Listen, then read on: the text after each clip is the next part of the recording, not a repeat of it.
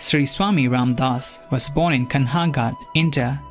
As a young man, he understood that the only way to eternal peace is through the divine path of oneness with the Supreme Being. He thus began to devote his life solely to God. It was at this time that his father, also a great bhakta or worshipper of Lord Ram, taught him to chant the holy and all-powerful Ram mantra, Sri Ram, Jai Ram, Jai Jai Ram. Assuming the name Ramdas, meaning the servant of Ram, he soon after received darshan, or spiritual grace, from Bhagwan Sri Ramana Maharshi. Following a retreat, Sri Swami Ramdas realized that the manifestation of Ram, or beloved God, is everywhere, within or without. Filled with never-ending bliss and joy, Sri Swami Ramdas went on to found the Anand Ashram, with Mother Krishnabai as his deputy. The ashram became a spiritual center where people could experience and cultivate unconditional love and service.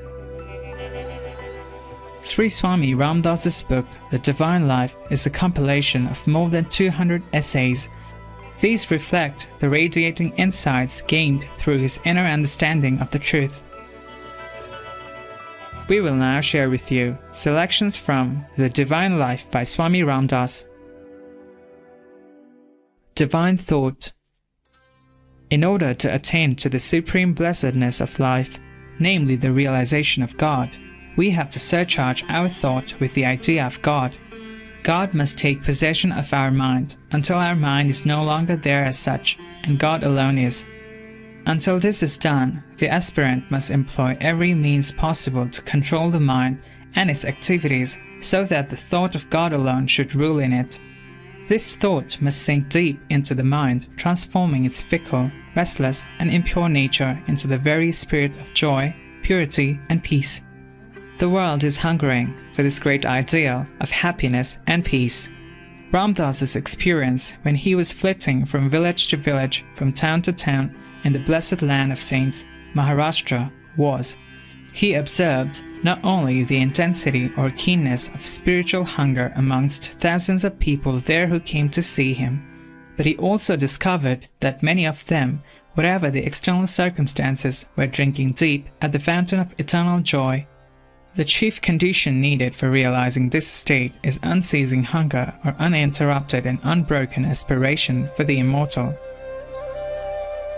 The easiest means to make the mind dwell in the idea of God is to constantly reiterate mentally or vocally the name of God. Such a recitation of the name should of course be accompanied by implicit faith in the efficacy of the name, and intense love for the immortal ideal which the name represents, namely the Supreme Reality, who is absolute existence, consciousness, and bliss, and who is seated in the hearts of us all. When thus the mind is completely absorbed in the divine idea, a stage is reached when the mere individual or physical consciousness is transmuted into the universal or ever-blissful consciousness. This is all right. Everybody wishes to possess this hunger, this keen aspiration, which will bring him or her the experience of divinity. But the complaint is that such a state does not come even when one wishes for it. How then could this burning desire for the attainment of absolute bliss be generated? Just as an uneducated man or a poor man would evince an ardent wish to be a literate man or a rich man when he comes in association with a learned person or a wealthy person, so also when an ignorant, bound, and sorrow-stricken soul comes in contact with an illumined, liberated, and all-blissful person, the former by such contact is fired with a zeal to become also like the latter. Hence, the society of saints has been held as the most important factor in the spiritual evolution of the soul. The saints not only awaken the ignorant souls and create in them a thirst for self-realization, but also infuse into them by their blessings the needed spiritual strength to battle against the forces that confront the aspirant in his march towards this goal of supreme beatitude. In order to know our actual facial features, we have to look into the mirror. Similarly, if we wish to get a glimpse of our real and immortal life, we can do so only when we are in the company of saints. Saints are truly the redeemers of fallen souls. It is by their power alone the mind that runs in pursuit of transient pleasures can be made to concentrate its attention upon the eternal, changeless, and blissful indwelling reality. When thus the mind is permeated through and through with the imperishable idea of God, man attains the supreme goal of life. God realization does bring about not only the divinization of the internal life of man, but also all his external life and activities. He beholds all beings and things as the illumined expressions of the one all-pervading divinity.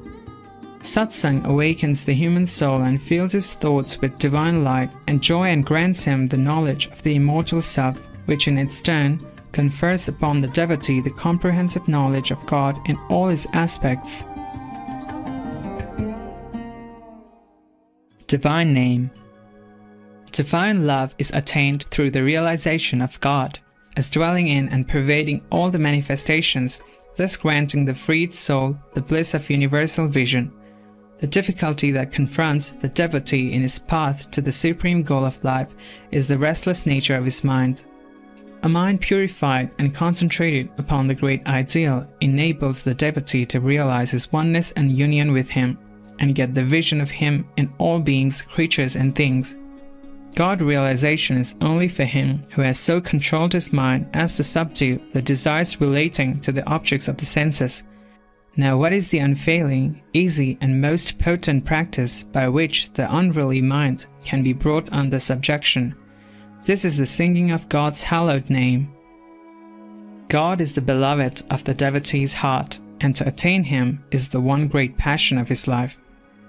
Constant taking of his name attunes his mind with him, who is at once the Lord of his heart and of the universe.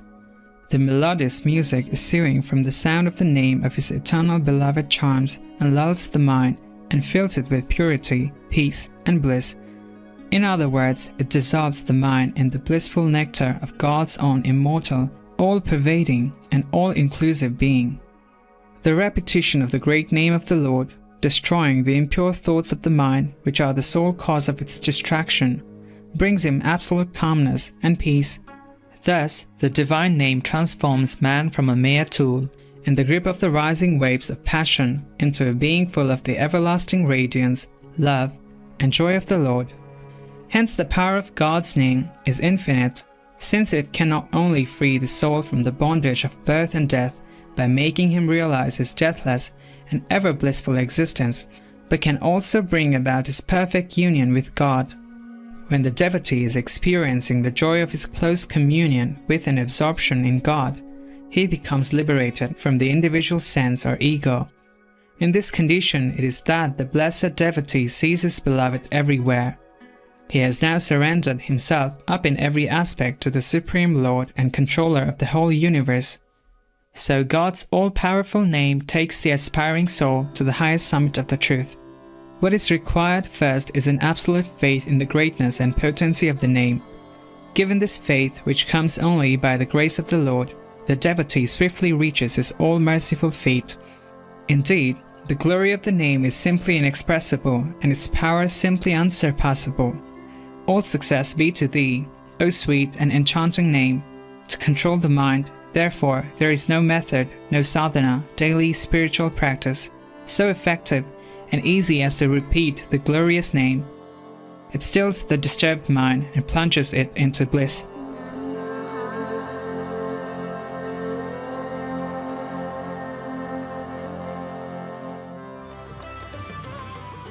Pigs are said to be smarter than dogs. I wonder if more people took the time to hang out and get to know a pig as a pet, would they ever be able to eat them again? Dana Allen, vegan. Cherished viewers, it's been a pleasure to have your company for today's words of wisdom.